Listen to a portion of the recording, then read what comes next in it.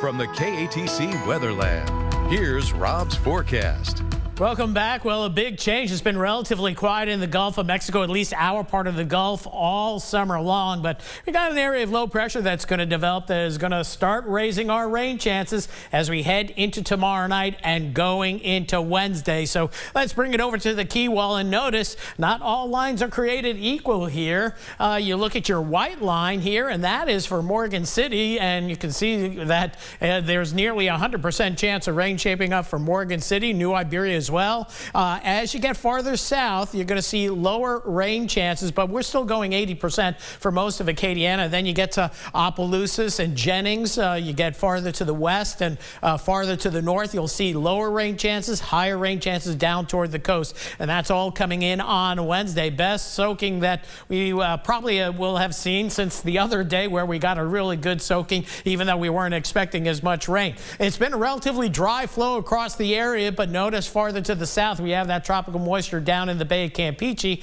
and a couple of tropical systems in the Pacific. So right now, the old frontal boundary still out here in the Gulf of Mexico, still producing some shower activity. That's going to kind of be the focal point for where this low pressure system will go and then get swept up by those westerlies off to the north and east. Meanwhile, as we take a look at the Dopplers locally, all is quiet, including on Power Doppler 3. So let's get into the tropics. First off, we do have a wave that's come off the African coast awfully late in the year to be looking out here. 80% chance of development, but 100% chance of staying in the eastern Atlantic more than likely.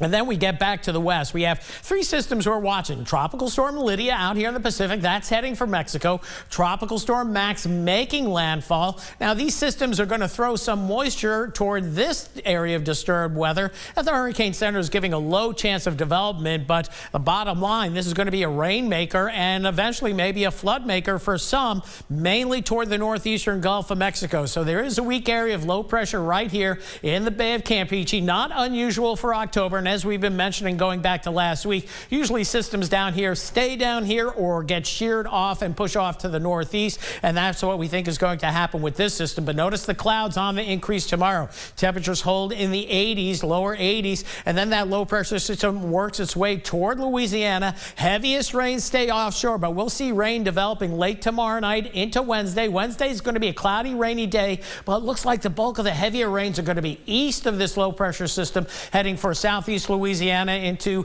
perhaps Mississippi, Florida down the line, and that low pressure eventually making landfall sometime early Thursday, and then we'll be watching this front that'll be coming in. Still some residual moisture as this front comes in. It could bring some more rains to the area as we head into Friday, but nothing serious at this point, nor expecting any severe weather. Now look for the rainfall totals here, and models sometimes really underestimate these weather systems. So this is the graph model saying a ½ inch to 3/4 of an inch of rain. We look at the European model, says about the same, although it gives us a little bit more moisture as we head into Friday. But you can see where the heavier rain axis is going to be over toward Florida and offshore, where 3 to 5 inches of rain or more will be likely. And as we look at the Weather Prediction Center for Wednesday, ½ an inch to maybe an inch for the northern portions of Acadiana at most at this point. We'll say 1 to 2 for most of Acadiana, maybe isolated 2 to 3 down towards St. Mary, and then 3 to 5 as you get down toward Triumph, Empire, extreme southeast Louisiana.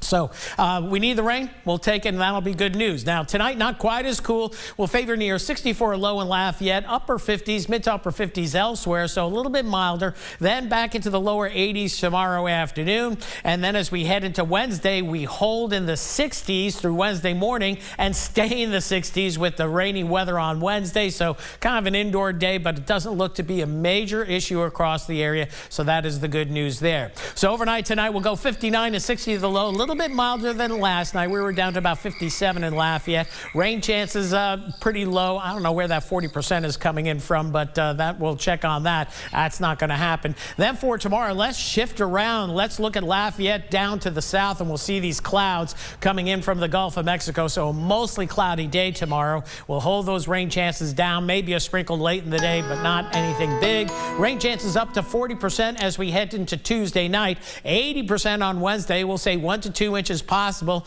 Then a break on Thursday, and then Friday, here comes the next front. Let's bring in the Euro, please. And the Euro shoves all that moisture off to the east. Here comes the cool front. And as we head into Saturday morning, we'll see temperatures back down into the 50s for this weekend. Looks great for the big solar eclipse that is maximized at 82% shortly after noon on Saturday. We'll talk more about that in the days to come, especially after our weather on Wednesday. Then we're going to see another round of some beautiful fall weather and maybe even a little bit cooler as we go through much of next week. No promises for the weekend that follows quite yet at this time. That's it for weather for right now.